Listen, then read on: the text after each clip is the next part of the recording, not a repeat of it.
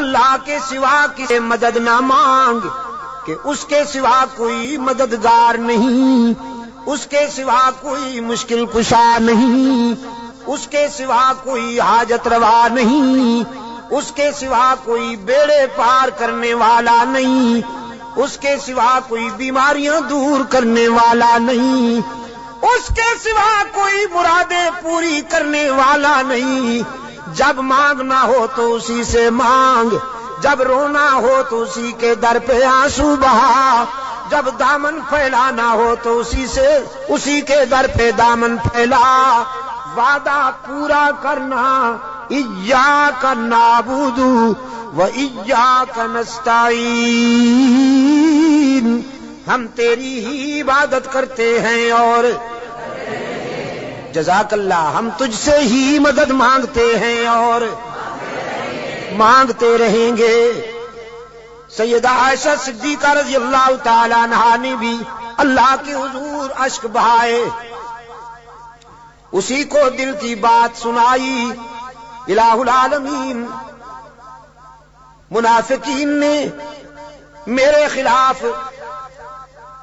جھوٹے الزامات عائد کیے ہیں، میری کردار کشی کی مہم چلا رکھی ہے۔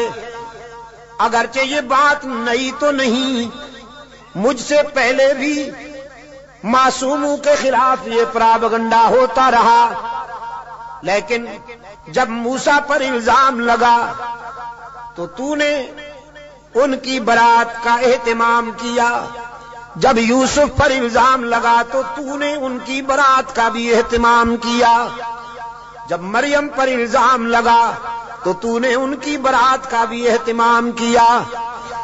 میرے معبود، آج تیرے محبوب کی عائشہ اشک بار آئی ہے اور یہ فیصلہ کر کے آئی ہوں، جب تک میری برات کا اہتمام نہیں ہوگا تیرے در سے سر نہیں اٹھاؤں گی، سجدے سے سر نہیں اٹھاؤں گی، کسی اور کے در پہ نہیں جاؤں گی، تجھ سے ہی مدد مانگتی ہوں، تجھ سے ہی درد دل کہتی ہوں۔ رو رہی ہے سیدہ عائشہ صدیقہ رضی اللہ تعالی عنہا، کس کے آگے؟ اسی کے آگے رویا کرو، اسی کے آگے اشک بہایا کرو، اسی کے حضور دامن پھیلایا کرو، ساری امیدیں اسی سے وابستہ کیا کرو کہ اس کے سوا دامن بھرنے والا کوئی نہیں، دامن خالی کرنے والے بہت، بھرنے والا کون؟ دامن خالی کرنے والے بہت۔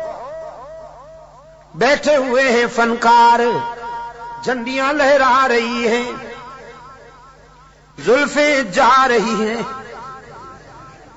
چادریں اوڑھی ہوئی، قبریں سجائی ہوئی، جھنڈیاں لہرائی ہوئی، چادر اوڑھے ہوئے بیٹھے ہیں، جیسے آسمان سے اتری ہوئی چیز ہو گئی۔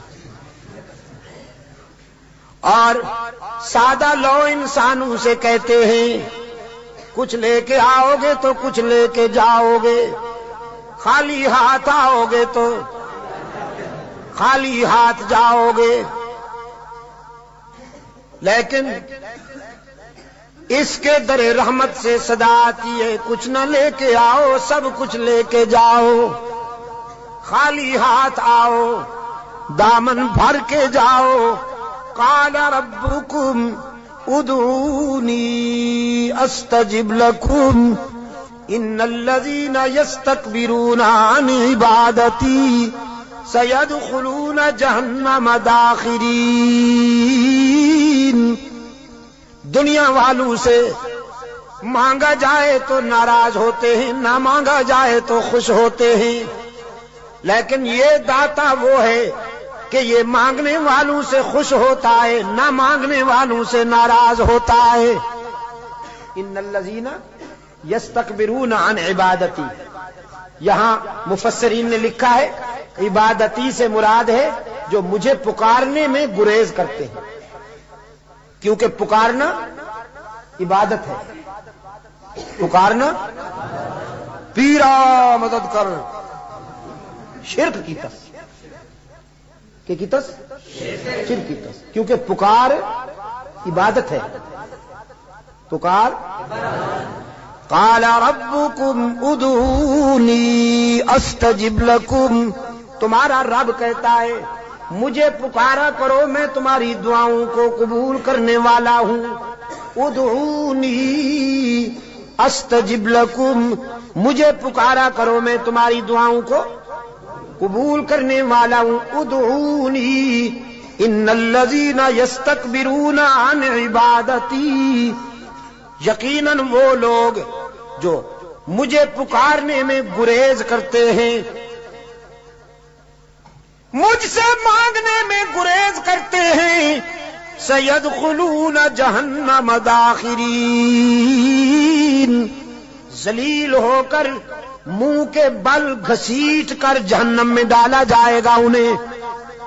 تو کسے پکارا جائے مشکلات میں؟ قادر کو یا عبد القادر کو؟ ذرا حرارت فضا میں تحلیل کر دو، ہاں ذرا حرارتیں، یہ گرمی فضاؤں میں تحلیل کر دو، اور پھر اللہ سے دعا کرو کہ یہ فضائیں پھیل جائیں اور بھی کے بیماروں کو اللہ شفائے کاملہ عطا فرمائے۔ مشکلات میں کام آنے والا کون؟ روشن ضمیر نے کہا نہ مجھو از غیر حق یاری، کہ لا فتح اللہ یقی دانم دری عالم، کہ لا مسجود اللہ ولا معبود فی الکونین لا موجود اللہ، کوئی مانے یا نہ مانے لیکن میرا تو ایمان ہے کہ اس کے سوا پوری کائنات میں کوئی مسجود نہیں، اس کے سوا پوری کائنات میں کوئی مسجود، نبی مسجود، رسول مسجود، تو پھر کاما والی سرکار کیسے مسجود ہو گئی؟ سبحان اللہ۔ قرآن کریم میں جگہ جگہ پر فکر انسانی کو متوجہ کیا گیا ہے کہ نیاز مندیاں، اپنی جبین کی نیاز مندیاں اللہ کے لیے وقف کرنی ہوں گی۔ فرمایا لعن اللہ الیہود والنصارى، اللہ کے رسول صلی اللہ علیہ وسلم نے فرمایا یہودیوں پر، نصرانیوں پر اللہ کی لعنت۔ کیوں؟ اتخذوا قبور انبیائہم مساجدا، کہ انہوں نے نبیوں کی قبروں کو سجدہ گاہ بنا دیا۔ نبی کی شان زیادہ ہوتی ہے یا ولی کی؟ نبی کی شان زیادہ ہے نا ولی سے۔ جو نبیوں کی قبروں کا سجدہ کریں ان پر تو اللہ کے رسول نے لعنت بھیجی ہے، اور جو ولیوں کی قبروں کو سجدہ گاہ بنا لیں ان پر، ہاں جزاک اللہ، یہی بات ہے، یہ عاشق بنے پھرتے ہیں۔ نبیوں اور رسولوں کی قبروں پر سجدہ کرنے والے ملعون، تو ولیوں کی قبروں پر سجدہ کرنے والے ڈبل ملعون۔ ڈبل ملعون نا؟ ڈب، اچھا ٹربل۔ انسانی جبین کی عاجزیوں کے لیے حقیقی مسجود کون؟ ہر جگہ موجود کون؟ معبود کون؟ کارساز و دستگیر کون؟ حاجت روا و مشکل کشا کون؟ سیدہ عائشہ صدیقہ رضی اللہ تعالی عنہا نے آنسو بہائے ہیں اللہ کے در پر، درد دل سنایا ہے علیم بذات الصدور کو۔ سورہ نور آئی، قلب رسول پر وحی کی صداقت چمکی، فرمایا الخبیثات للخبیثین والخبیثون للخبیثات والطیبات للطیبین والطیبون للطیبات اولئک مبرؤون مما یقولون لہم مغفرۃ ورزق کریم. پاک باز بیویاں پاک باز شوہروں کے لیے، گندی بیویاں گندے شوہروں کے لیے، پاک باز شوہر پاک باز بیویوں کے لیے، گندے شوہر گندی بیویوں کے لیے قرآن ہے. آپ سمجھے کہ نہیں؟ قرآن اور کلام فطرت ہے یہ. اگر اپنی بیوی کو پاک دامن رکھنا چاہتے ہو تو خود بھی پاک دامن رہا کرو، لیکن اگر تم تاڑ جھانک کرو گے تو ادھر بھی سلسلہ شروع ہو جائے گا، تمہیں معلوم ہو یا نہ ہو. سمجھے ہو کہ نہیں؟ کلام فطرت ہے نا قرآن کریم. قرآن کریم تو راز کی باتیں کہتا ہے، کلام فطرت ہے. فرمایا الخبیثات للخبیثین والخبیثون للخبیثات.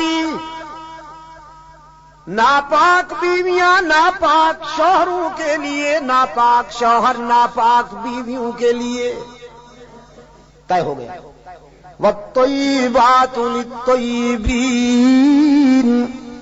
پاک باز بیویاں پاک باز شوہروں کے لیے، والطیبون للطیبات، اور پاک باز شوہر پاک باز بیویوں کے لیے. رب العالمین نے جرا کے لہجے میں سیدہ عائشہ کی وکالت کرتے ہوئے واضح کیا. جس نے اس عفیفہ کے کردار کو سمجھنا ہو، عائشہ کی عظمت کو سمجھنا ہو، وہ عائشہ کے شوہر کی عصمت کا نظارہ کرے. جس کا شوہر محمد معصوم، وہ بیوی کیسے نہ محفوظ. محمد معصوم ہے، عائشہ محفوظ ہے. جرا کے انداز میں رب العالمین نے برات کی. اولئک مبرؤون مما یقولون. میں اعلان کرتا ہوں کہ پیغمبر کی آبرو بے داغ ہے، نبی کی آبرو کا دامن پاک ہے. آپ میرے لیے اور میں آپ کے لیے اللہ کے حضور التجا کر دیں کہ اللہ دنیا اور آخرت کی کامیابیوں سے ہم کنار فرمائے.